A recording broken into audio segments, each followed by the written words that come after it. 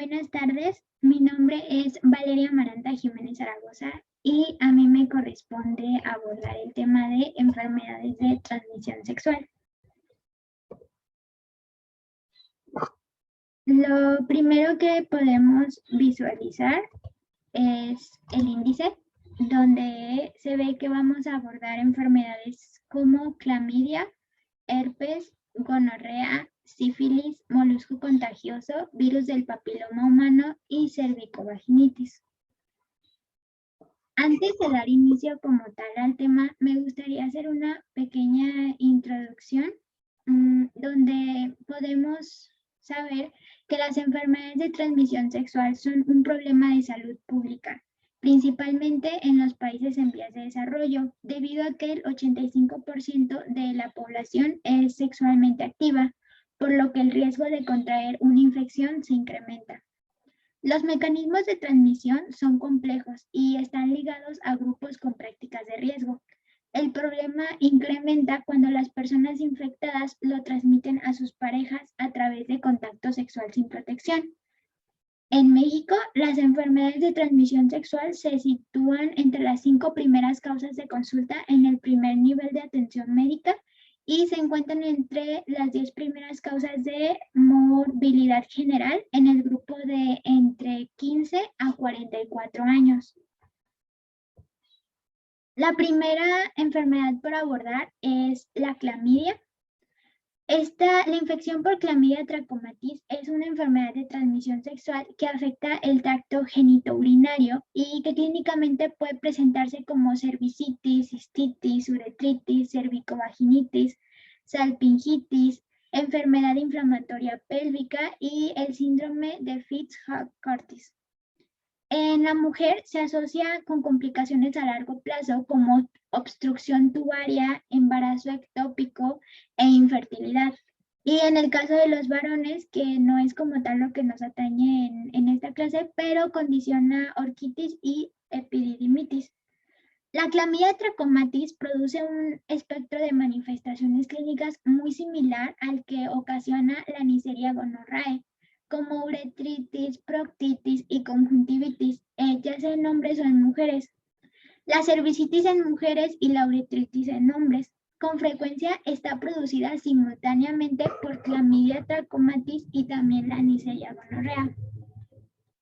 Entre los factores de riesgo, según la guía de práctica clínica, nos va a enlistar 6 importantes, que son las mujeres menores de 25 años con actividad sexual, las mujeres mayores de 25 años con actividad sexual, o sea, con 2 o más parejas en el último año, los pacientes que asisten por alguna infección de transmisión sexual, las parejas sexuales de individuos positivos a clamidia trachomatis, las parejas sexuales de aquellos con condiciones para presentar infección por clamidia trachomatis, como padecer una enfermedad inflamatoria pélvica o epididimoorquitis en el caso de los hombres, y las madres lactantes con conjuntivitis por clamidia trachomatis. En cuanto a la epidemiología, la clamidia trachomatis es la principal causante de enfermedad de transmisión sexual de etiología bacteriana en los países desarrollados. Son más frecuentes alrededor de los 20 años de edad y son más comunes en mujeres que en varones.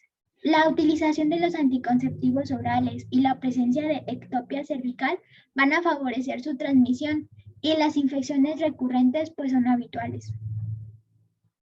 En cuanto a su etiología, el agente causal es la clamidia trachomatis. Esta es una bacteria intracelular obligada del género Clamidia. Se clasifica en 3 biobares que comprenden 15 biobares. El biobar del tracoma es de los serobares A a C. El biobar urogenital es de los serobares D a K. Y del linfogranuloma venéreo corresponden los serobares L1, L2 y L3. Aquí podemos observar un diagrama bastante sencillo para poder resumir su fisiopatología. Podemos observar el ciclo de vida de la clamidia trachomatis. En la fase 1 se da una infección de cuerpos elementales a la célula huésped. En la fase 2 hay una replicación intracelular de cuerpos reticulares. En la fase 3 hay esta transformación de cuerpos reticulares a elementos para nuevas infecciones. En la fase 4 se da la lisis celular debido a los cuerpos elementales. Estos invaden nuevas células y ahí se efectúa la acción de los PAMs. En cuanto a la clamidia trachomatis, esta infecta preferentemente al epitelio columnar de las mucosas de los ojos, las vías respiratorias y los genitales. Las infecciones asintomáticas u oligoasintomáticas de las trompas de falopio provocan inflamación crónica y desestructuración de las mismas, que esto puede ocasionar infertilidad, esto a largo plazo. Aquí intenté hacer como un resumen para diferenciar los signos y síntomas que se pueden presentar ya sea en mujeres o en hombres. Por ahora le voy a dar un poco más de referencia a lo que es la sintomatología en mujeres, pero igual aquí pues está bastante entendible. Se exponen algunos de los signos y síntomas de la infección por clamidia trachomatis, y en el caso de las mujeres, ellas suelen presentar incremento en descarga vaginal, sangrado postcoital o intermenstrual, también dolor abdominal bajo, disuria, desecho cervical mucopurulento, cervix friable y también molestias en anexos al examen vaginal. No voy a mencionar los signos y síntomas de los hombres, pero pues ahí están bastante entendibles. Algo importante es el síndrome uretral en mujeres. Este va a consistir, puede producirse después como un cuadro de uretritis. Está caracterizado por una sintomatología parecida a la cistitis y es consistente con disuria, polaquiuria, tenesmo vesical y piuria, en ausencia de los gérmenes que habitualmente ocasionan la cistitis. Se encuentra en la uretra de las mujeres que no presentan sintomatología alguna. Y pues aquí intenté resumirles como los tres aspectos más importantes del síndrome uretral en mujeres, que son la disuria, la polaquiuria y el tenesmo vesical. Después tenemos la epididimitis, que la clamidia trachomatis es el principal agente etiológico de la epididimitis. Esto en varones heterosexuales menores de 40 años que son sexualmente activos. Con frecuencia se va a acompañar de uretritis, que esta puede ser sintomática o no. Y también se presenta con dolor escrotal unilateral, fiebre y un aumento de tamaño y dolor en el epididimo. El diagnóstico diferencial siempre debe realizarse con torsión testicular mediante estudios con radioisótopos Doppler o exploración quirúrgica. Después tenemos la proctitis, que la clamidia trachomatis produce proctitis en varones homosexuales que practican el coito anal receptivo o en mujeres heterosexuales que practican coito anal.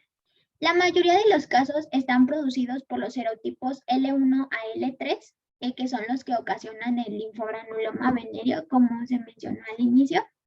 Y esta es oligosintomática o completamente asintomática, a diferencia de cuando está producida por la Neisseria gonorrhoeae, que produce cuadros mucho más intensos. Los síntomas más frecuentes son dolor perianal, tenesmo rectal y la emisión de secreciones mucosas. Ocasionalmente son sanguinolentas. La tinción de Gram de estas secreciones muestra la presencia de leucocitosis y la anoscopia pone de manifiesto una ligera inflamación que afecta el ano y la zona más distal del recto. Los casos de proctitis producidos por los serotipos de L1 a L3 tienden a ser más intensos, con ulceraciones de la mucosa, y se debe hacer diagnóstico diferencial con proctitis herpética y enfermedad inflamatoria intestinal.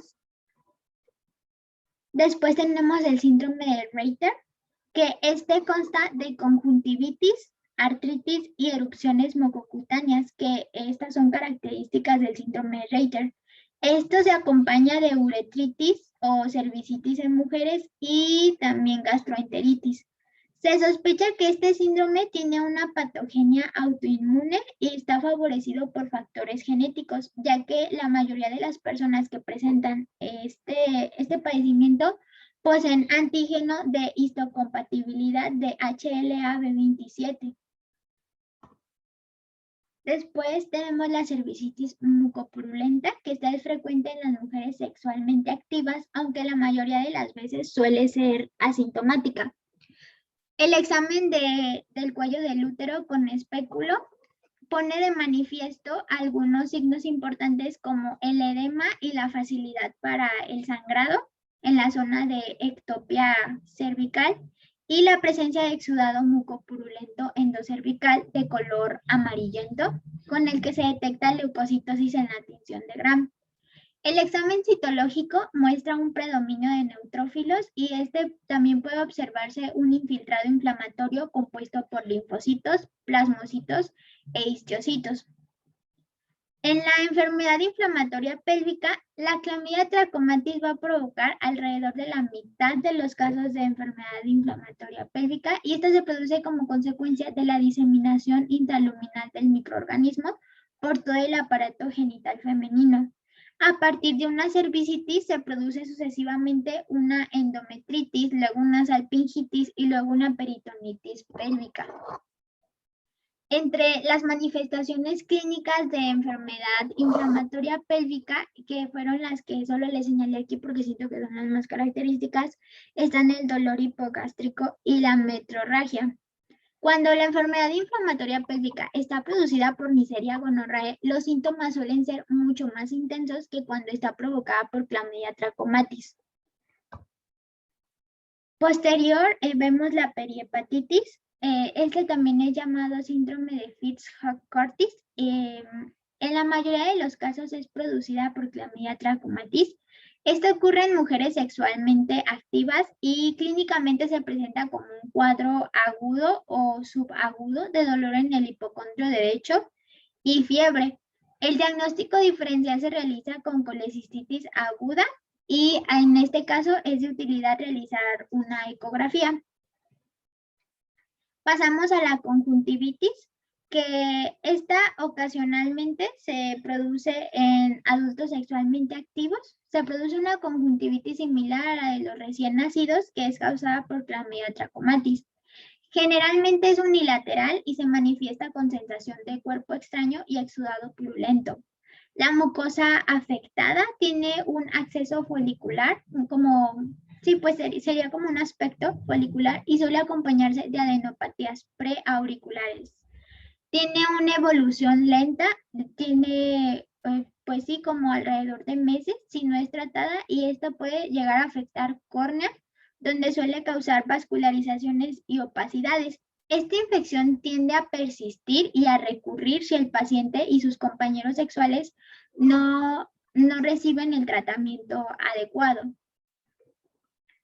El linfogranuloma venéreo es una infección crónica que es producida por los serotipos de L1 a L3 de Clamidia trachomatis y el contagio ocurre más frecuentemente en la segunda y tercera década de la vida, coincidiendo con la mayor actividad sexual. Entre 3 días a 3 semanas después del contagio, se produce una infección genital primaria, que esta es consistente con una pequeña lesión vascular, papular o ulcerada, que está rodeada de un halo eritematoso y no doloroso. Esta se va a localizar en genitales externos desde el lugar de la infección primaria hasta el microorganismo va a pasar a los linfáticos regionales, de modo que entre 2 a 12 semanas después del contagio se ocasiona una linfadenitis generalmente en la región inguinal. La piel que recubre la zona afectada suele estar inflamada y está adherida a los tejidos subyacentes. En cuanto a su diagnóstico, existen cuatro modalidades de diagnóstico microbiológico para las infecciones por Clamidia trachomatis. Está el examen microscópico directo, el cultivo, la serología y la detección de antígenos y ácidos nucleicos. El examen microscópico directo consiste en la detección de las inclusiones típicas de la infección en el raspado de los tejidos afectados mediante la tinción de Giemsa. Y también se han desarrollado diversas técnicas de detección de antígenos, como la inmunofluorescencia directa ligada a anticuerpos monoclonales específicos frente a antígenos de la clamidia trachomatis y la detección de ácidos nucleicos. Este tipo de prueba puede emplearse en cualquier muestra biológica y posee gran sensibilidad y especificidad también. En el tratamiento, en modalidades más intensas de infección como la enfermedad inflamatoria pélvica o en la epididimitis, puede emplearse doxiciclina a la misma dosis, pero no durante más de 2 semanas, o eritromicina a dosis de 500 miligramos cada 6 horas durante 2 semanas, ambos por vía oral, aunque en estas infecciones siempre debe asociarse el tratamiento activo contra Neisseria gonorrhoeae, ya que, como se menciona, las coinfecciones son muy frecuentes.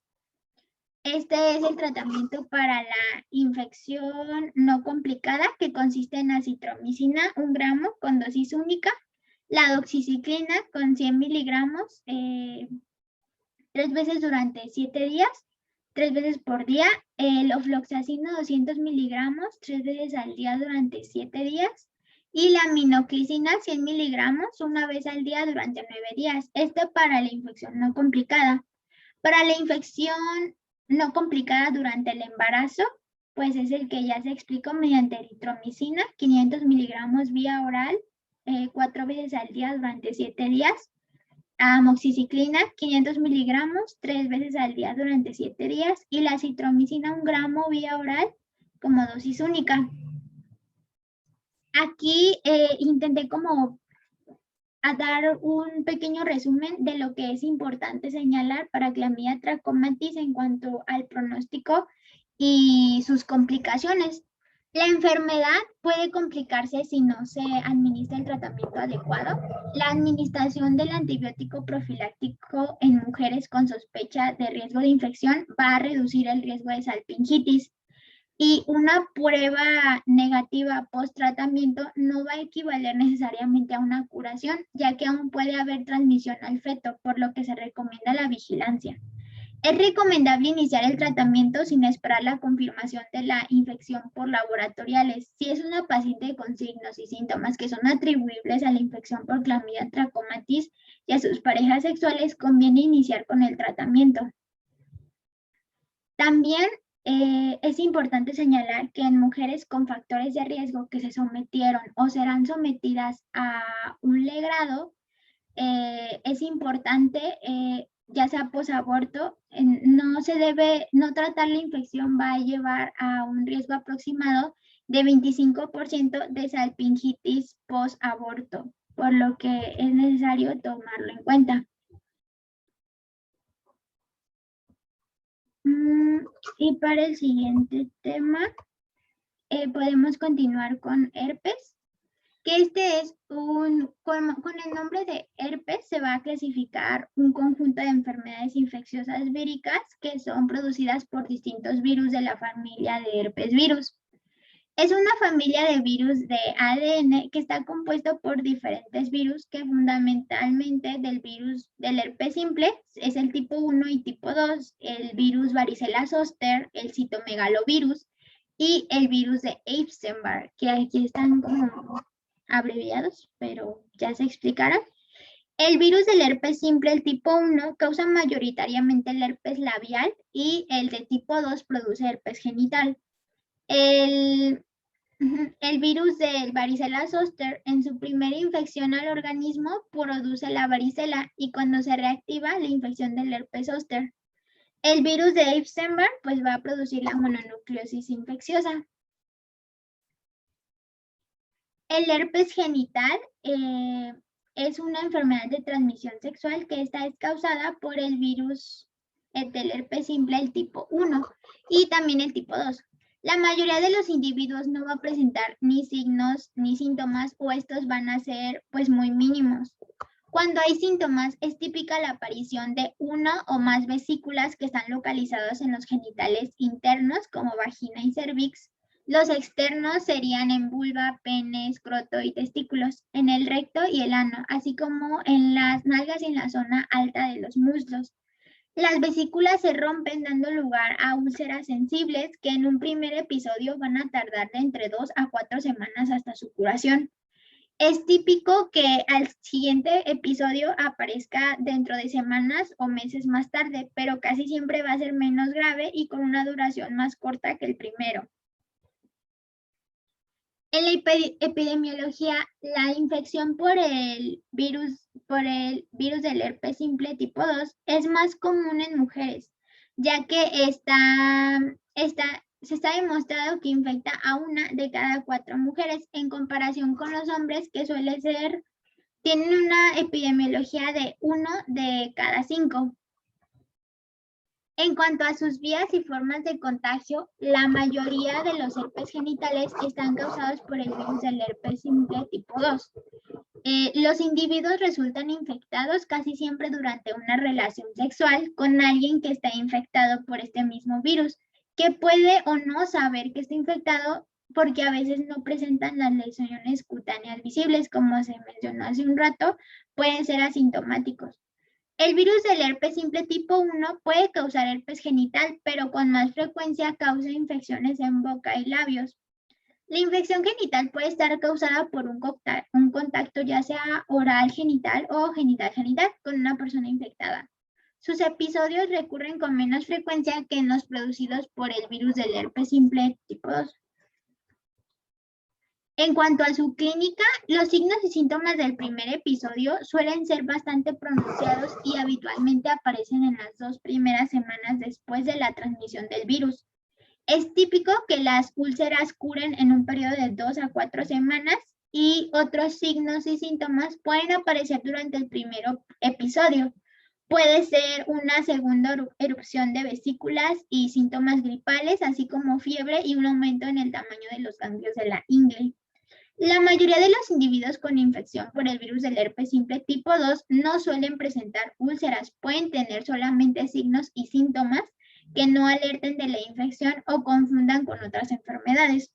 Las vesículas y las úlceras del herpes genital suelen confundirse con picaduras de insectos, también con infecciones por hongos y por abrasiones. En sus complicaciones, pueden causar úlceras genitales dolorosas que son recurrentes en algunos adultos y la infección puede ser grave en pacientes con el sistema inmune comprometido. Pueden causar infecciones potencialmente fatales en los recién nacidos de madres con úlceras en el momento del parto, por lo que es importante que la madre evite contraer la infección durante el embarazo, ya que el primer episodio produce un aumento en el riesgo de transmisión de la infección al hijo. El herpes puede desempeñar un papel en la diseminación del VIH en las personas que son más susceptibles a la infección y a los individuos infectados, que estos suelen ser más infecciosos.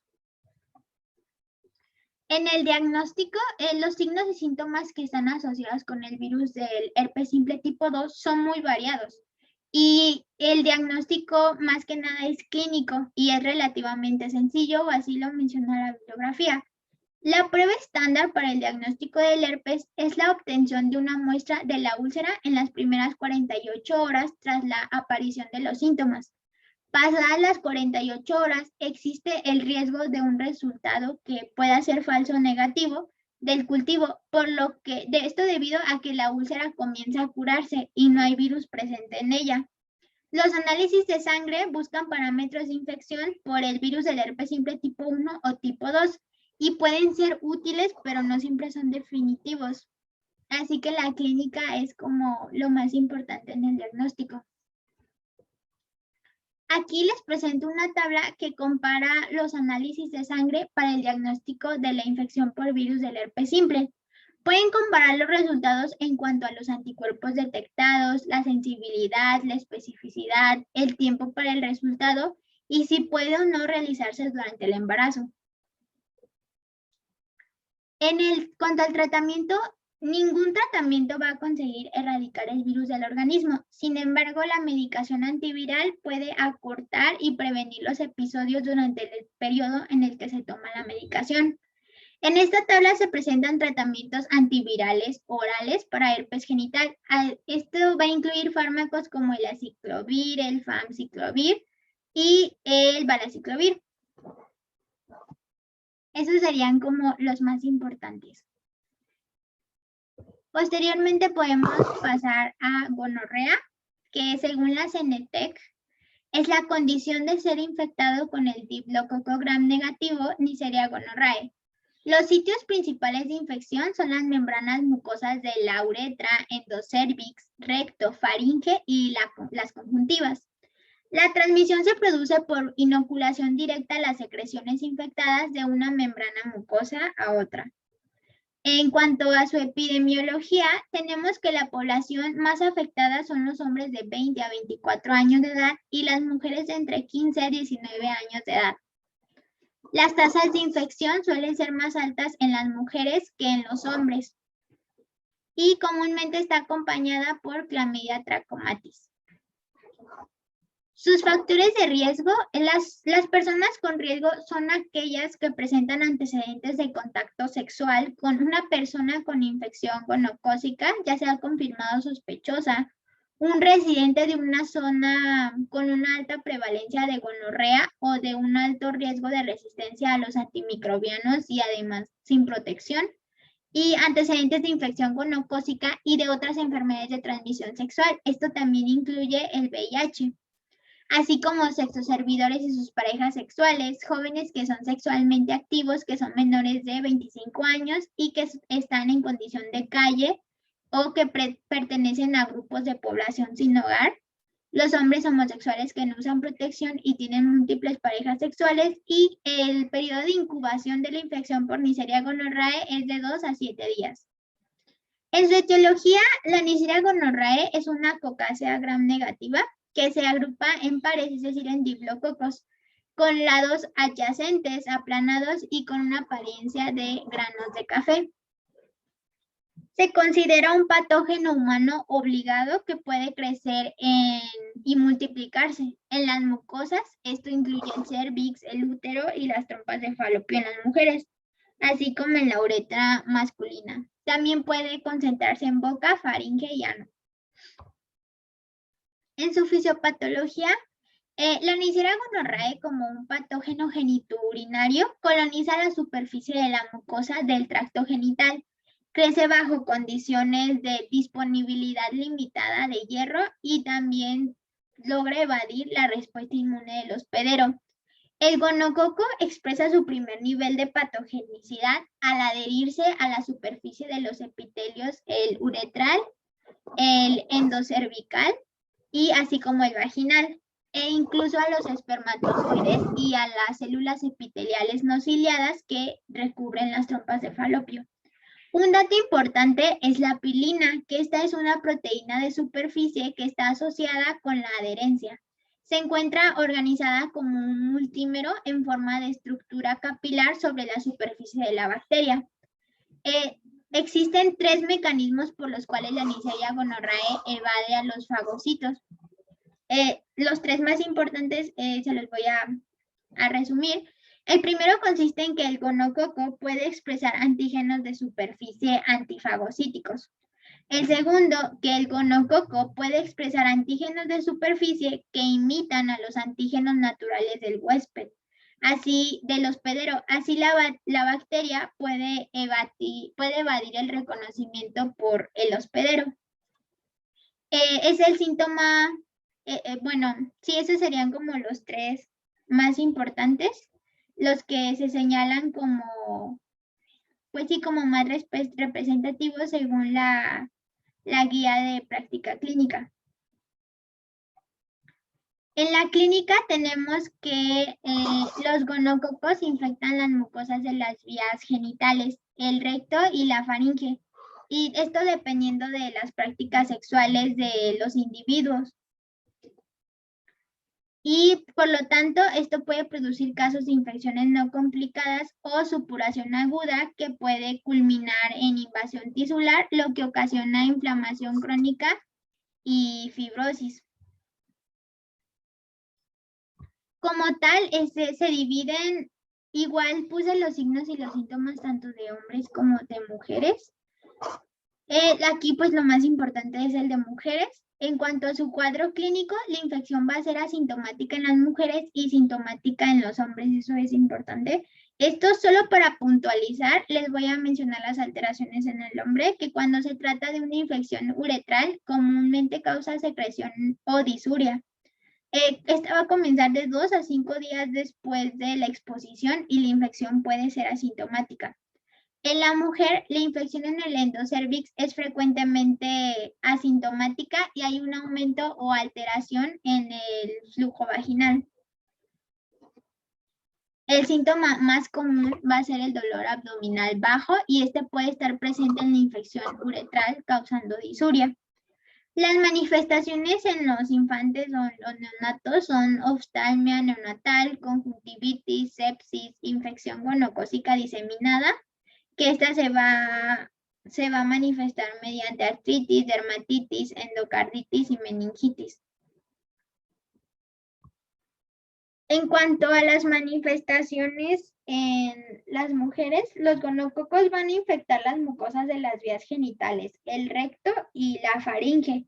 Esto dependiendo de las prácticas sexuales, produciendo las causas de infecciones no complicadas o la supuración aguda, que esta puede culminar en invasión tisular, lo que ocasiona inflamación crónica y también fibrosis. En la mujer, la infección primaria sucede en el endocervix y se extiende hacia la uretra y la vagina, y este puede progresar hasta las trompas uterinas, produciendo salpingitis con fibrosis. La esterilidad va a ocurrir en un 20% de las mujeres que han sufrido salpingitis gonocócica. La cervicitis y la proctitis gonocócicas crónicas son a menudo asintomáticas. Los gonococos que van a invadir el torrente sanguíneo y producen infecciones diseminadas suelen ser resistentes al suero, pero son muy sensibles a la penicilina y a otros fármacos antimicrobianos. En cuanto a la enfermedad inflamatoria pélvica, tenemos que el 10 al 20% de las mujeres la van a padecer y van a comenzar con síntomas como fiebre, dolor en la parte baja del abdomen y sus secuelas son el embarazo ectópico y la infertilidad. Las lesiones cicatricales de la mucosa tubárica van a impedir el paso del óvulo fecundado. Y la enfermedad gonocócica diseminada, donde vamos a encontrar fiebre, bacteremia, poliartralgia migratoria y artritis en una o dos articulaciones en codos, muñecas, rodillas y tobillos. En cuanto a su diagnóstico, la prueba de detección de amplificación de ácido nucleico para Neisseria gonorrhoeae es generalmente más sensible que el cultivo, con una sensibilidad mayor al 96%, tanto en pacientes sintomáticos como asintomáticos. El cultivo presenta una sensibilidad entre el 85 al 95% para la infección endocervical y de la uretra es recomendable cuando se quiere determinar la sensibilidad a antimicrobianos antes del tratamiento, como una prueba de cura si se sospecha de un fracaso del tratamiento. En los casos de abuso sexual, ya sea rectal, faríngeo o vaginal, para evaluar la enfermedad inflamatoria pélvica o si la infección fue adquirida en países o zonas con alta resistencia a los antimicrobianos.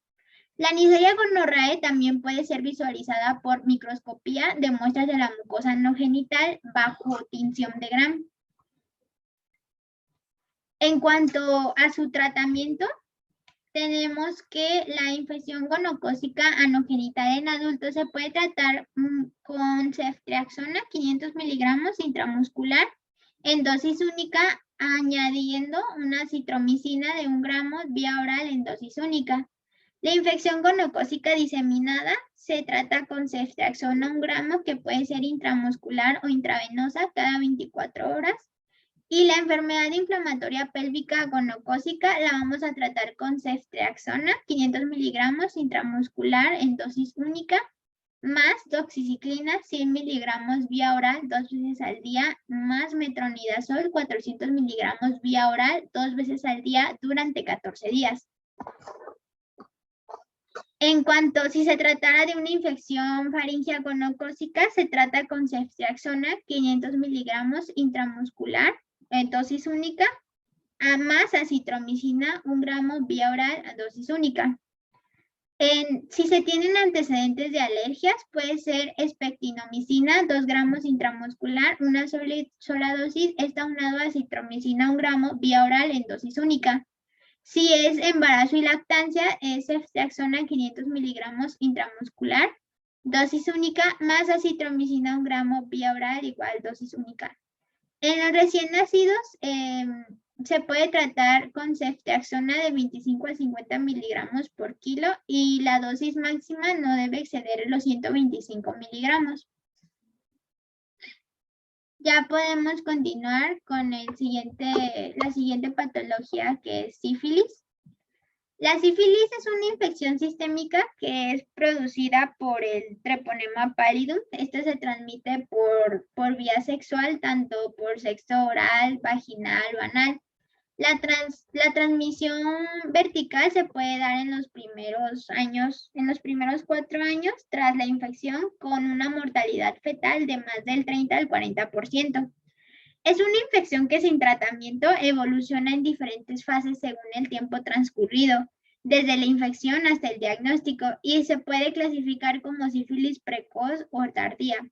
La sífilis precoz es la que se ha adquirido en el último año, esto según la OMS, y serían 2 años y ya comprende la sífilis primaria o también chancro sifilítico. La sífilis secundaria tiene una clínica compatible con serologías positivas, y la sífilis latente precoz son las serologías positivas en un paciente que está asintomático, a diferencia de la sífilis secundaria. La sífilis tardía es la que se ha adquirido en más allá de 1 año y también va a comprender la sífilis latente tardía y la sífilis terciaria. Y bueno, aquí sí se citaron la bibliografía, pero de igual manera está al final de la presentación por si es necesario revisarla. En cuanto a su etiología, el agente etiológico de la sífilis es el Treponema pallidum. El Treponema pallidum es una bacteria del género Treponema. Este está compuesto por entre 8 a 20 espiras enrolladas, lo que le da un movimiento de rotación similar a un sacacorchos. De hecho, en microbiología esto es lo que se nos menciona como más característico en el Treponema, que tiene una rotación que es muy similar a un sacacorchos. Es una bacteria bastante frágil y fuera del cuerpo no soporta los climas secos o temperaturas superiores a 42 grados centígrados y no resiste la penicilina. En cuanto a su epidemiología, tenemos que la sífilis venérea va a ocurrir en todo el mundo. Varía su incidencia con la distribución geográfica y con el entorno socioeconómico. La enfermedad puede ser adquirida por contacto sexual de forma congénita a través de la placenta, por transfusión de sangre contaminada y por inoculación accidental directa. La forma más frecuente va a ser por transmisión sexual y un paciente es más infeccioso al principio de la enfermedad y gradualmente disminuye la infecciosidad con el paso del tiempo. La sífilis congénita se produce con más frecuencia cuando el feto se infecta in útero, aunque es posible la infección del neonato al pasar por el canal del parto. Por edades, el grupo más involucrado es el que va de los 15 a los 30 años y esto relacionado con la actividad sexual, que coincide también con otras patologías que ya vimos. En su fisiopatología, el Treponema pallidum es capaz de penetrar en el organismo a través de las membranas mucosas intactas o a través de heridas en la piel. El 30% de los compañeros sexuales de los pacientes infectados van a desarrollar sífilis. Cualquier órgano puede ser invadido, incluyendo el sistema nervioso central, y se va a dividir en una serie de etapas. Tiene su fase de incubación, la sífilis primaria, la secundaria, la latente y la tardía. Y el periodo de incubación medio es de 3 semanas. Las vías de transmisión son las relaciones sexuales, parenteral y por vías sanguíneas. En la sífilis primaria, poco después del periodo de incubación, va a aparecer una pápula en el lugar de inoculación que rápidamente se erosiona, dando lugar al chancro. Se caracteriza por ser de base limpia e indurada no exuda y es poco o a veces nada dolorosa. Pueden aparecer múltiples chancros, especialmente en los pacientes que se encuentran inmunodeprimidos, siendo los treponemas fácilmente demostrables en estas lesiones. Los genitales externos son los lugares más frecuentes donde aparece el chancro. Esto seguido del cuello uterino, boca, el área perianal y entre otros. Acompañando al chancro hay una linfadenopatía regional que es consistente con un agrandamiento moderado de un ganglio linfático que no es supurativo. El chancro cura al cabo de 3 a 6 semanas sin lesión residual y la adenopatía va a persistir un poco más de tiempo. En la sífilis secundaria, esta comienza de entre 2 a 8 semanas después de la aparición del chancro inicial, que en ocasiones puede estar aún presente. Ocurre en el 25% de los infectados no tratados. Esto a menudo se presenta como una erupción mucocutánea diseminada y una linfadenopatía generalizada. Las lesiones pueden ser maculares, papulares o pústulas también, no existiendo lesiones vasculares. Este suele iniciar en el tronco como se ve en la imagen o en la parte proximal de las extremidades, esto como máculas rosadas, que persisten desde pocos días hasta 8 semanas. Esto evoluciona a pápulas y en algunos pacientes también puede evolucionar a lesiones pustulosas. En cavidad oral y en lengua pueden aparecer zonas depiladas denominándose lengua en prado cegado, que es como la imagen que se observa en el lado superior izquierdo.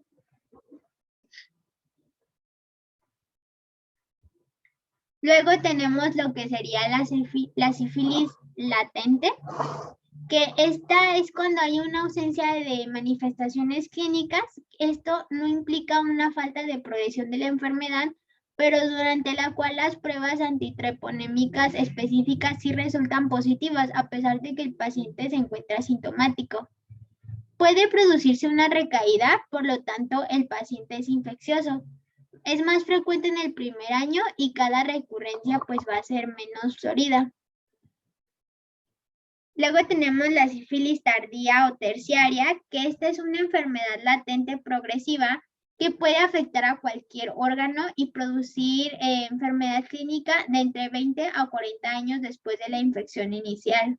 Ocurre en aproximadamente un tercio de los pacientes no tratados y esta se va a dividir en sífilis gomatosa en el 15% de los pacientes, cardiovascular en el 10% y con complicaciones neurológicas tardías en el 7%. La goma es una lesión granulomatosa benigna, destructiva a nivel local que puede aparecer hasta 40 años después de la infección, aunque de media se estima que aparece a los 15 años. Lo más frecuente es la localización cutánea o nódulos y en huesos provoca fracturas y afectación articular. Puede ser única o múltiple y puede variar de tamaño. El tratamiento con penicilina va a conseguir una respuesta rápida, por lo que es recomendada. Aquí tenemos unas imágenes que a mí me ayudaron a diferenciar lo que era cada fase de esa patología que estamos tratando. Como en la fase 1 se evidencia que hay aparición de chancros y periodo de incubación de entre 3 a 90 días. En la fase 2 hay exantema cutáneo y se estima un periodo de incubación de 4 a 10 semanas. Y en la fase 3, que esta va a afectar a todos los órganos con un periodo de incubación de 3 a 15 años. Y como se mencionó, puede afectar a cualquier órgano, pero lo más frecuente es la localización cutánea y en los huesos. Puede ser única o múltiple y también puede variar de tamaño. De igual manera, esta imagen nos habla de la sífilis terciaria, que esta ocurre a los 15 a 30 años después de la infección. La lesión subyacente es una endoarteritis obliterante que va a afectar a los vasa vasorum de la aorta. Esto va a provocar una necrosis de la capa media con destrucción del tejido elástico, aortitis y una formación de un aneurisma. Esto habitualmente en la aorta ascendente con afectación valvular. Después tenemos la neurosífilis, que esto se refiere a un estadio tardío de la enfermedad. Es la infección del sistema nervioso central por Treponema pallidum y puede ocurrir en cualquier momento desde la infección. En fases tempranas puede afectar el líquido cefalorraquídeo sin clínica, es decir, como una meningitis asintomática, o a las meninges como como una meningitis asintomática, o a los vasos también como una sífilis meningovascular. Después la sífilis congénita, donde el feto puede infectarse desde cualquier madre no tratada, pero es más probable que se infecte desde una madre con sífilis en estadios tempranos. La infección del feto antes del cuarto mes es rara, por lo que no se suelen ver abortos tempranos. El tratamiento de la madre durante los primeros 4 meses de gestación consigue por lo general que el feto no nazca infectado. En periodos gestacionales más avanzados, la consecuencia de la infección puede ser aborto, muerte neonatal, enfermedad neonatal o la infección latente. Durante los 2 primeros años, es decir, con sífilis congénita temprana, la sintomatología suele ser osteocondral y mucocutánea, en especial la rinitis, que suele ser el signo que se señala como más temprano. También aquí una imagen que nos ayuda a resumir lo que son los aspectos más importantes de la sífilis congénita. Pasados los 2 años en fase tardía se desarrollan lesiones inflamatorias crónicas que son similares al goma y a manifestaciones múltiples como la queratitis, sordera, artropatía recurrente en rodillas, protuberancia frontal. Los maxilares se van a ver mal desarrollados e incisivos se van a ver separados. Entonces, aquí lo más importante que podemos señalar, nos señala los signos pues en la temprana y otras manifestaciones clínicas que se pueden ver. Se señala también en imagen la espinilla en sable, que es la tibia con convexidad anterior marcada. Y la triada más importante es la queratitis intersticial, que es como una apariencia en vidrio esmerilado, y la hipoacusia neurosensorial, que es por sordera del octavo par. En la detección directa, la determinación de anticuerpos en suero es la forma más frecuente de diagnóstico, aunque el diagnóstico directo, es decir, el diagnóstico de Treponema pallidum en las lesiones, en las adenopatías, en los tejidos o en líquido cefalorraquídeo, está adquiriendo más importancia gracias al desarrollo de técnicas de biología molecular. Esto proporciona el diagnóstico definitivo de sífilis y es especialmente útil en lesiones sospechosas en individuos serológicamente no reactivos. Eso sería en cuanto a la detección directa. Y también tenemos la inmunofluorescencia directa, que es la tinción con anticuerpos fluorescentes dirigidos a Treponema pallidum en los frotis disecados de lesiones sospechosas. Este examen es obligado para el examen de lesiones orales. Y después tenemos la demostración en tejidos, que esto se suele utilizar para muestras cutáneas de sífilis secundaria o la sífilis en estadios tardíos como goma, así como en los tejidos afectados de cerebro, placenta, cordón umbilical o piel en la sífilis congénita. En la detección indirecta, el diagnóstico indirecto serológico va a proporcionar un diagnóstico presuntivo y no diferenciar la sífilis de las treponematosis no venéreas. Las pruebas no treponémicas son el BDRL y el RPR. Estas son técnicas manuales, son sencillas y son baratas y son un indicador muy útil de la actividad de la enfermedad. Estos se positivizan de entre 10 a 15 días después de la aparición del chancro, lo que va a justificar su sensibilidad que se ve disminuida en la sífilis primaria, esto en el 78 al 86%, mientras que en la sífilis secundaria su sensibilidad es del 100%.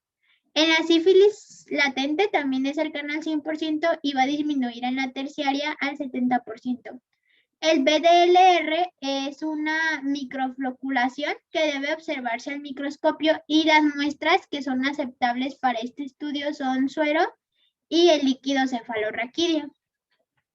En la neurosífilis, el examen de líquido cefalorraquídeo debe realizarse cuando exista sospecha clínica, neurológica, oftálmica y también ótica, y en la sífilis terciaria cardiovascular y gomas, y también ante un fracaso terapéutico. La definición de neurosífilis asintomática depende de la valoración del líquido cefalorraquídeo de las proteínas, las células y los anticuerpos, no treponémicos y treponémicos. La presencia de anticuerpos en el líquido cefalorraquídeo debe valorarse junto con la clínica y esto debe servir para apoyar el diagnóstico clínico, puesto que el diagnóstico de certeza es el histológico.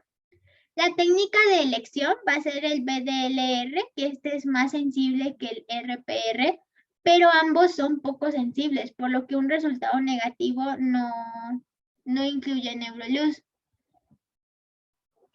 En la sífilis congénita, la prevención y la detección de la sífilis congénita depende de la identificación de la infección en la mujer gestante.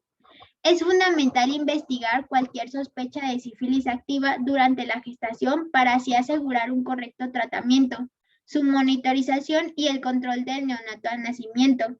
En el contexto del cribado serológico gestacional, las serologías de sífilis positivas deben interpretarse con precaución a la luz de las serologías y los tratamientos previos. Si se sospecha de una infección activa, en el posparto se deben de obtener muestras de suero en paralelo a la madre y al recién nacido. Y la sangre del cordón umbilical no es válida debido a la posibilidad de una contaminación con la sangre materna. En cuanto a las recomendaciones, el treponema pallidum se regenera al cabo de 18 a 24 horas y los niveles de penicilina en sangre están por debajo de la concentración mínima inhibitoria. La concentración de penicilina debe ser mayor a 0.03 microgramos por mililitro para asegurar un efecto bactericida. Y para la sífilis precoz se recomienda una concentración adecuada que debe ser mantenida durante 7 días. El tratamiento para la sífilis temprana consiste en penicilina G-benzatina de 2.400.000 unidades intramuscular por semana en 3 dosis y también doxiciclina 100 miligramos oral durante 21 días. Otras recomendaciones consisten en amoxicilina más probenecid, ceftriaxona, penicilina G, procaína y probenecid. En los alérgicos a la penicilina se recomienda la doxiciclina o la eritromicina. En el caso de la sífilis tardía y la neurosífilis, lo primero es la penicilina G sódica, y en los alérgicos a la penicilina se recomienda la desensibilización y el tratamiento con penicilina, y también como alternativa el cloranfenicol. En la sífilis en el embarazo, la penicilina incluso en los alérgicos, donde es necesaria la desensibilización. Y en la sífilis congénita, la penicilina G sódica en 150.000 unidades por kilo por día, por vía intravenosa, administrando 50.000 unidades por kilo por día cada 12 horas en los primeros 7 días del nacimiento y cada 8 horas posteriormente hasta un total de 10 días. Si el líquido cefalorraquídeo se encuentra normal, se recomienda la penicilina benzatina en 50.000 unidades por kilo intramuscular. Después podemos pasar al molusco contagioso, que esta es una infección viral de la piel y las mucosas. Es común en niños de edad escolar y en pacientes inmunocomprometidos, aunque recientemente se ha incrementado su aparición en la población sexualmente activa. En cuanto a su etiología, el virus responsable de esta infección es un poxvirus de doble cadena de 200 a 300 micrómetros de largo, lo cual le da la característica de ser uno de los virus más grandes que afectan a la piel.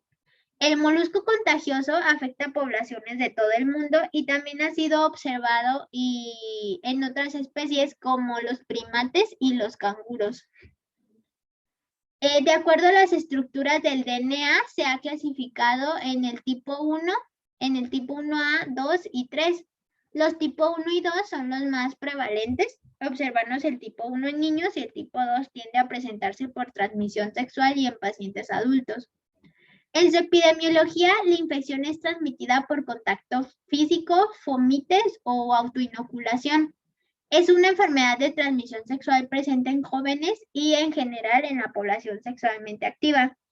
Muchos factores propician la diseminación del molusco, como las tinas de baño, albercas, toallas y los deportes de contacto. Existen casos reportados de aparición de molusco contagioso después de la realización de tatuajes permanentes. En la clínica se presentan como pequeñas pápulas de 1 a 2 milímetros del color de la piel y un aspecto perlado y brillante, que esto es lo más característico en el molusco y ya se había visto en las clases de dermatología, que tiene esa característica de ser perlado y brillante. Y esto es bastante común y así es como se puede ayudar a diferenciarse como se observa en la imagen. En algunas ocasiones puede observarse eritema perilesional y umbilical central, especialmente cuando tienen mayor tamaño. En la imagen se muestran lesiones en el área perianal. También aquí podemos observar imágenes donde vemos abscesos secundarios a la manipulación de las lesiones y eczema atópico, lo cual va a aumentar el riesgo de autoinoculación, esto debido al rascado.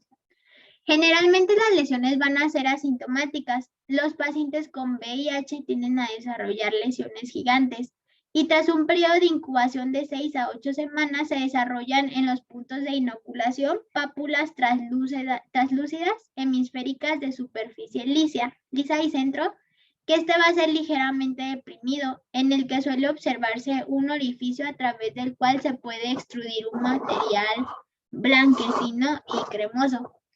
Habitualmente las lesiones son múltiples y no es rara la extensión por autocontagio. En la mayoría de los casos, las lesiones curan espontáneamente tras un periodo de 4 a 6 meses, aunque no es raro que lesiones individuales puedan persistir incluso durante años.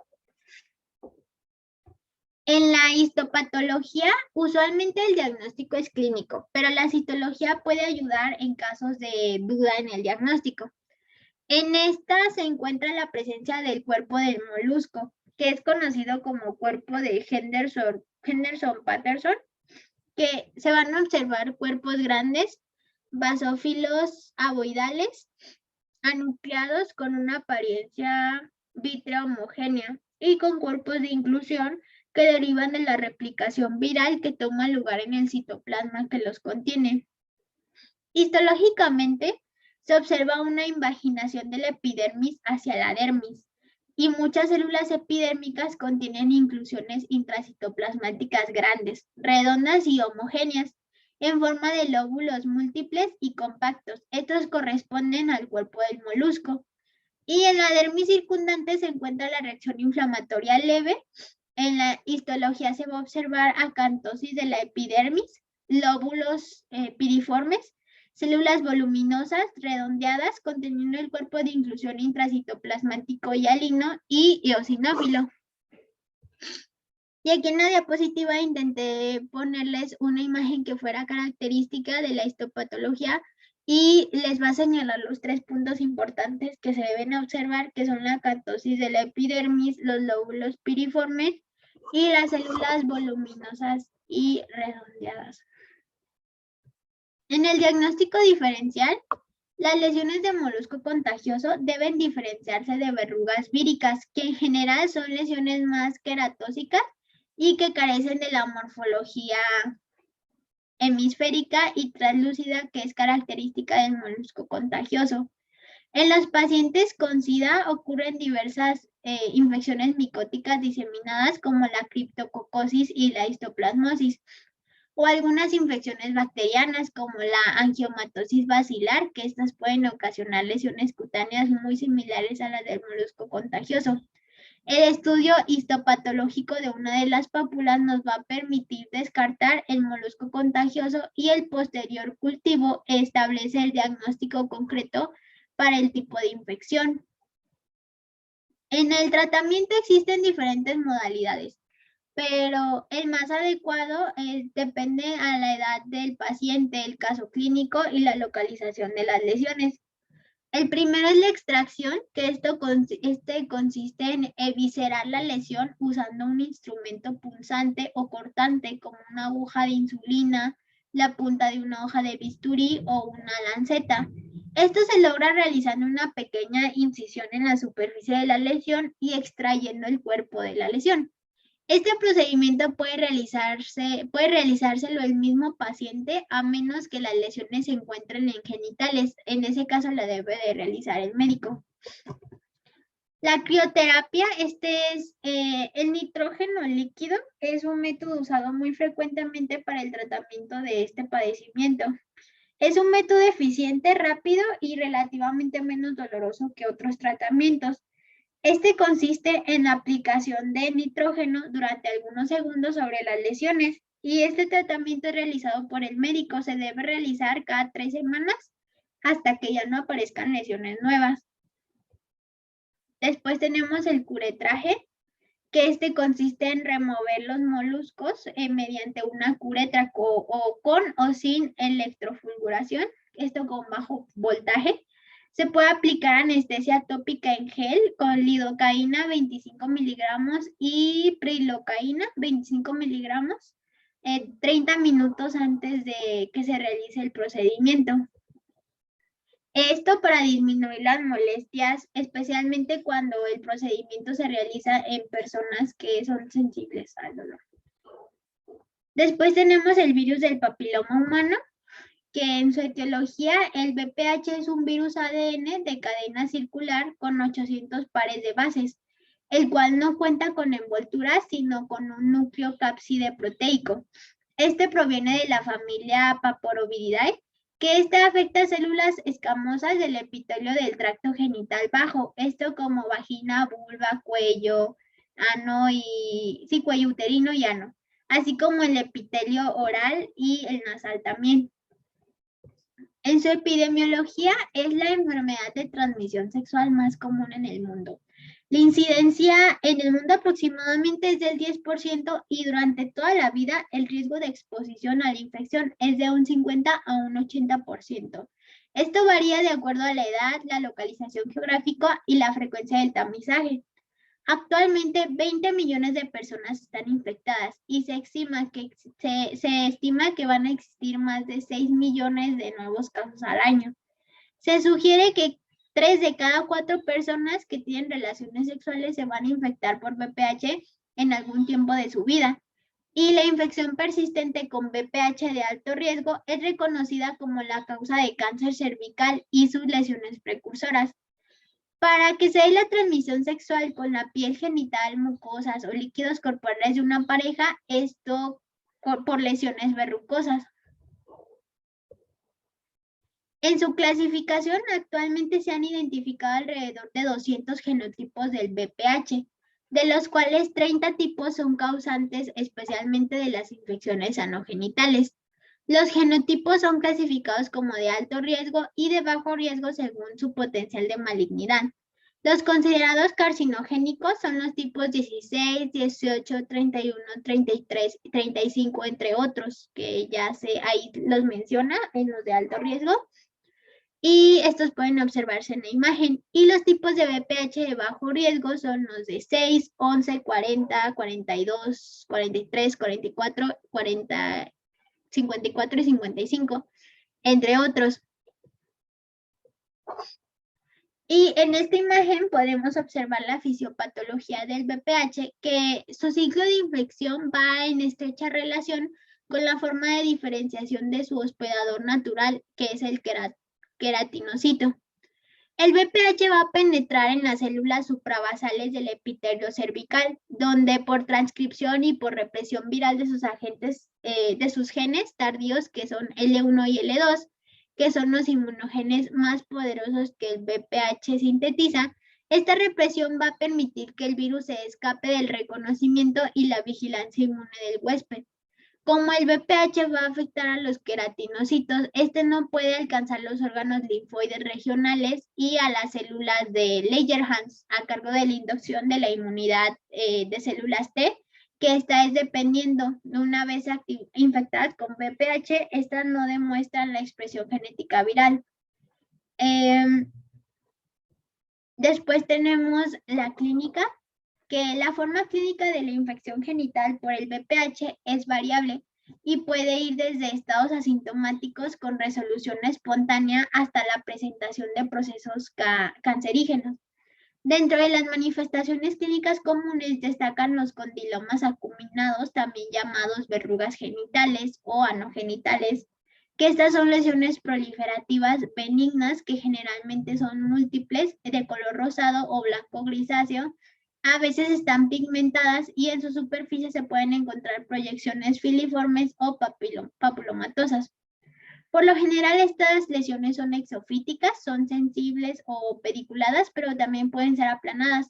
Habitualmente se localizan en la región anogenital, en zonas de mayor traumatismo durante el acto sexual. La lesión escamosa intraepitelial de alto grado es una de las manifestaciones más importantes de la infección por VPH. Son las lesiones escamosas intraepiteliales de alto grado. Estas son lesiones proliferativas y son malignas, que estas son consideradas precursoras directas de gran cantidad de carcinomas escamosos. Se localizan principalmente en cuello del útero y ano, aunque también pueden localizarse en vulva, pene, periné y en la cavidad oral. Estas lesiones no son visibles generalmente a simple vista, sino que requieren del uso del microscopio y de tinciones específicas, como la aplicación del ácido acético y Lugol. Son totalmente asintomáticas y afectan particularmente a adultos de mediana edad que se encuentran entre los 30 y los 50 años, teniendo un riesgo mucho mayor en pacientes con VIH o en los inmunodeprimidos.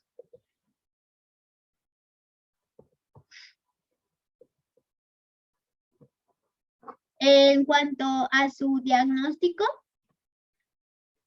la selección del plan de tratamiento inicial para cualquier individuo depende de diversas variables, por lo que es importante considerar la morfología, el número de las lesiones y la localización anatómica.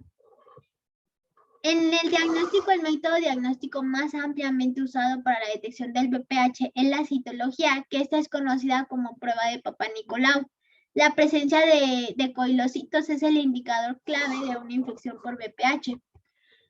Tenemos que la neoplasia intraepitelial cervical es la lesión preinvasora más común del cuello uterino. Los cambios escamosos atípicos ocurren en las zonas de transformación del cérvix, con cambios leves, moderados o severos de acuerdo a la profundidad. Por eso se divide en NIC 1, 2 y 3. El 1 es una neoplasia leve con células con una diferenciación alterada. Afecta el tercio inferior del cuello, del inferior del epitelio. El 60% va a regresar a la normalidad después del tratamiento. El 20% va a progresar a una lesión mayor. En el NIC2 vemos una displasia moderada, células indiferenciadas. Este va a afectar a los 2/3 inferiores del epitelio. El 50% va a regresar a la normalidad después del tratamiento y el otro 50% va a progresar a una lesión mayor.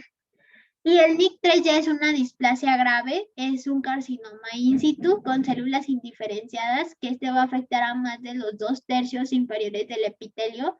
Y a pesar del tratamiento, ninguno va a regresar a la normalidad y de entre el 80 al 100% va a progresar a un cáncer invasor. Como se mencionó, para el tratamiento es necesario considerar la morfología, el número de las lesiones y la localización anatómica. Las verrugas en la superficie húmeda o en las áreas intertriginosas es más probable que responda al tratamiento local. Y aquellas que son pediculadas son fáciles de extirpar con una simple escisión en la interfase de la verruga y la piel sana.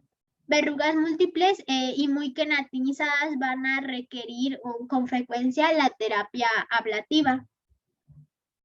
El imicomib, en cuanto a los agentes inmunomoduladores, es un fármaco modificador de la respuesta inmune que va a estimular la producción del alfa-interferón TNF y IL-1, 6, 8 y otras citoquinas. Para el tratamiento de las verrugas genitales, este se va a aplicar 3 veces por semana durante un máximo de 16 semanas. Se recomienda la autoaplicación nocturna por parte del propio paciente sobre la piel. La piel debe encontrarse limpia. Y en la imagen se muestran los condilomas vulvares. En la primera parte están los condilomas vulvares. Y en la segunda son 7 semanas después del tratamiento con los inmunomoduladores. Aquí tenemos el tratamiento que es correspondiente a los condilomas acuminados. Se sugiere ácido tricloroacético en 3 sesiones, vaporización láser, la resección del condiloma y la crioterapia. Las indicaciones para este tratamiento son condilomas que causen dolor o sangrado, que sean potenciales para una infección, una posible obstrucción del trabajo de parto y un riesgo de infección de las vías respiratorias neonatales. Esto para la aplicación de este tratamiento. Y podemos pasar a la última patología, que es la cervicovaginitis. Se entiende por cervicovaginitis infecciosa a la inflamación de la mucosa vaginal, que esta generalmente se debe a infecciones por hongos como cándida, bacterias y protozoarios como la Trichomona vaginalis. Se caracteriza por uno o más de los signos y síntomas que les puse aquí en la diapositiva, que son el aumento en la cantidad del flujo, el prurito, ardor, irritación, disuria, dispareunia y la fatidez o mal olor vaginal. Esto secundario a la presencia de microorganismos patógenos, siendo los más frecuentes la Gardnerella vaginalis y el Streptococo del grupo B, así como la Candida albicans. En este concepto se incluye la vaginosis bacteriana, la cual se caracteriza por un crecimiento excesivo de organismos anaeróbicos y la pérdida de lactobacilos, perdiendo su acidez vaginal e incrementándose el pH a un rango mayor a 4.5. En los factores de riesgo tenemos la vaginosis bacteriana, que ahí se debe interrogar a la paciente sobre duchas vaginales, reciente cambio de pareja sexual, tabaquismo, uso de anticonceptivos hormonales, la presencia de alguna infección de transmisión sexual y se debe recomendar que sean evitadas. En la vaginitis por cándida se deben investigar factores de riesgo que sean relacionados a candidiasis, tales como la diabetes descontrolada, la obesidad, empleo reciente de antimicrobianos, uso de corticosteroides, la quimioterapia o los pacientes inmunocomprometidos. En la vaginitis por tricomona vaginalis es en toda mujer que va a acudir a consulta con datos de vaginitis infecciosa. Se deben investigar antecedentes sexuales para identificar los factores de riesgo para enfermedad de transmisión sexual. Y en pacientes con manifestaciones de infección por Trichomona vaginalis se deben de evitar las relaciones sexuales, incluyendo el sexo oral, hasta que ella y sus parejas hayan completado el tratamiento y el seguimiento adecuado. En la vaginitis por Clamidia trachomatis, esta es considerada una enfermedad de transmisión sexual, por lo que se debe promover el uso de preservativo para sexo seguro. En el diagnóstico clínico, ante la detección de la descarga vaginal o leucorrea normal, se deben de considerar las causas como la vaginosis bacteriana, la candidiasis, trichomoniasis y la Clamidia trachomatis. Para la detección oportuna de la vaginitis infecciosa, se debe realizar una historia clínica detallada en cuanto al historial sexual, esto documentando el número de parejas sexuales y el uso de condón. Toda mujer con historia de descarga vaginal anormal persistente debe ser examinada clínicamente, es decir, se debe realizar una exploración ginecológica. En la vaginosis bacteriana, el diagnóstico clínico se establece ante la presencia de flujo o leucorrea vaginal fluida, ya sea blanca o grisácea, fetidez y olor a pescado, y la ausencia de dolor, comezón, picazón o irritación. Con fines diagnósticos se utilizan los criterios clínicos de Amsel o la tinción de Gram, que aquí se los estoy mostrando, por si es necesario revisarlos. Y después tenemos la Clamidia trachomatis. que ante una paciente asintomática o con ardor al orinar, dolor en el hipogástrico, prurito y escozor, que si se fijan es muy distinta a la anterior, es como lo contrario, y escozor vaginal durante el coito y leucorrea amarillenta, fetidez y un pH mayor a 4.5, hay que sospechar de clamidia. En cuanto a las pruebas diagnósticas, tenemos el estudio microscópico del frotis, que este es fácil y accesible, la medición del pH vaginal, que está indicada para casos leves y para manifestaciones clínicas moderadas. Después tenemos la vaginosis bacteriana, que en caso de contar con el frotis de exudado vaginal con tinción de Gram, se pueden utilizar los criterios de Gelson para el diagnóstico de vaginosis bacteriana. El grado 1 lo considera normal, que es que predominan los lactobacilos. El grado 2 es el intermedio y hay una flora mixta con algunos lactobacilos presentes, pero también se observan varios tipos de Gardnerella. Y el tipo 3, que ya sería la vaginosis bacteriana o el grado 3, es donde predomina la Gardnerella o Mobiluncus. Se observan pocos lactobacilos o hay una ausencia de los mismos. El tratamiento de la vaginosis bacteriana, los pacientes con referencia o la paciente con referencia de descarga vaginal anormal con bajo riesgo de transmisión sexual y manifestaciones clínicas leves, está indicado iniciar un tratamiento empírico. Esto de acuerdo con las características clínicas y etiológicas. En las mujeres no embarazadas con síntomas característicos de vaginosis bacteriana, exámenes y otras pruebas se pueden omitir y se puede iniciar con el tratamiento empírico. Se indica dar tratamiento a mujeres con vaginosis bacteriana cuando sean sintomáticas o asintomáticas que son programadas para procedimientos quirúrgicos y asintomáticas que desean tratarse. En las pacientes con embarazo y con presencia de vaginosis bacteriana se debe de tratar inmediatamente e informar a la paciente y a su acompañante que el no tratarla puede aumentar el riesgo de aborto, de parto prematuro y también de ruptura prematura de membrana. Entonces, el tratamiento consiste en metronidazol de 400 a 500 miligramos vía oral 2 veces al día durante 5 a 7 días. El metronidazol 2 gramos vía oral en una sola dosis y el metronidazol ya sea local o vaginal durante 5 días. Y finalmente, para clamidia trachomatis, el tratamiento de primera línea se indica en acitromicina, 1 gramo vía oral, una sola dosis, doxiciclina, 100 miligramos vía oral 2 veces al día durante 7 días. Este es el tratamiento de primera línea y el régimen alternativo consiste en eritromicina, levofloxacina y ofloxacina. La doxiciclina y la levofloxacina no deben ser indicadas durante el embarazo y también está indicado el tratamiento de la pareja. Eso sería todo por la presentación de enfermedades de transmisión sexual. Espero que se hayan tocado todos los puntos importantes y aquí les muestro la bibliografía que necesité para la realización de esta presentación.